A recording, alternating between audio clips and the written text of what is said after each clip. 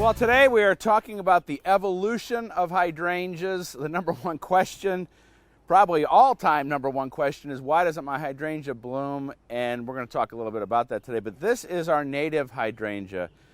And yes, it's not a beautiful blue ball, but if you can find beauty in this, you will love the next step of the evolution of hydrangeas. So this is Annabelle, and this is my absolute favorite hydrangea because it is such a reliable bloomer. Again, it is not pretty blue balls, but again, I find beauty in this plant. It's a great pollinator plant. There are about 4 shrubs put in here. They're 3 years old, and they're putting on quite a show. We have one more step to see another hydrangea that blooms just as reliably, only in a different color. Well, it's still not blue, but it is beautiful. This is Invincible Spirit, a type of Annabelle. It's pink, tough as nails, again, reliable bloomer. And every time you buy one, a portion of the proceeds goes to help breast cancer research. And here's our example of the non-blooming hydrangea. This is Hydrangea macrophylla, and it's probably the most popular hydrangea in our gardens. Big blue balls. This one's called Nico Blue, but it hasn't bloomed in about 3 years. First off, with macrophylla, we never trim it back. It puts on buds the year before. The other thing that happens with these plants is even though it has buds on it, they freeze out. There are other varieties like the Annabelle or Invincible Spirit that bloom much more reliably, and I think eventually this guy's going to have to go to the compost pile. You hear that? Unless you bloom.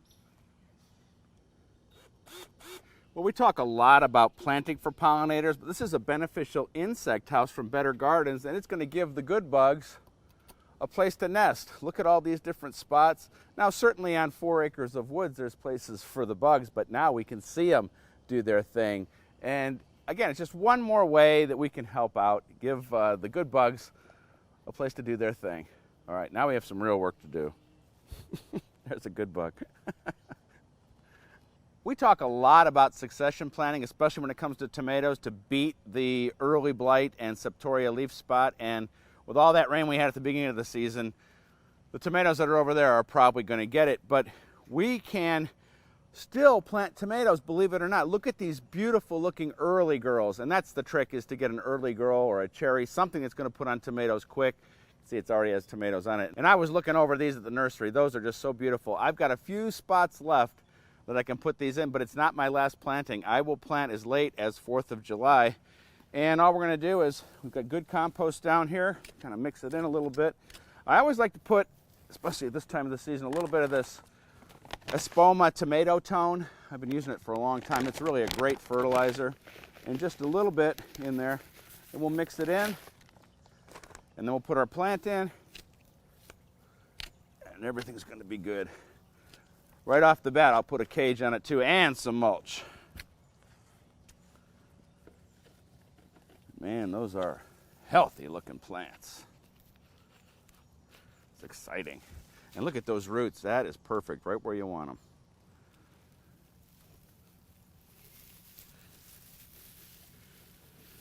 And some straw for mulch, and I'll go get a cage. Put a little water on it. We'll get the other ones in place. That thing's going to go nuts. I've been using these cages made out of concrete reinforcing wire for 20 years.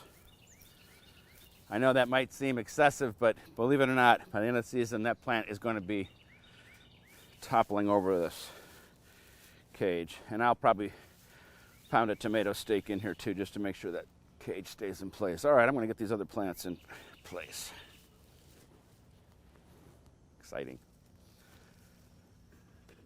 Well, to get a little extra room, I pulled some garlic early, and that's one of the fun things about being a garlic grower, is this early garlic. The sheath hasn't papered up here, and this garlic is going to be oily and fresh and wonderful, and we're going to eat some of it tonight.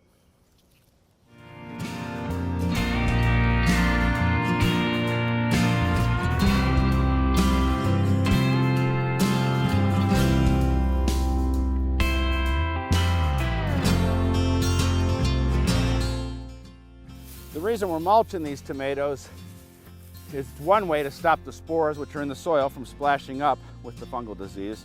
It also keeps the soil evenly moist, very important for tomatoes. Tomatoes love warm soil, warm air, and that's why we're planting later with an earlier variety. This is the early girl again. But the tomatoes that we put in earlier in May, they've gone through that cool, rainy period. That's why they're more susceptible to the fungal disease. This tomato will catch up and we'll follow it along through the season. All right, get another cage.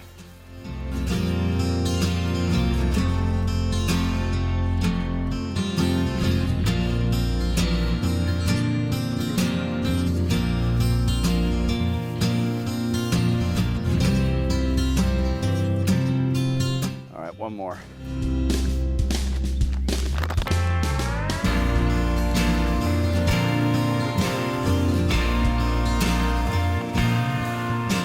Worms in here, that's good.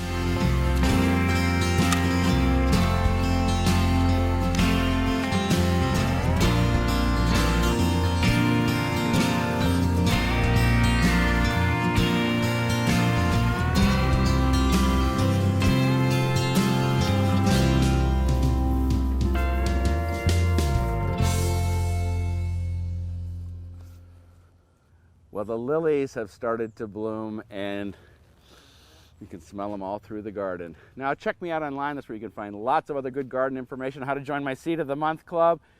And until next week, more tomatoes to plant, more beans to plant, you name it, we're planting it. And I don't know what smells better, this or this. It's this. We'll see you then.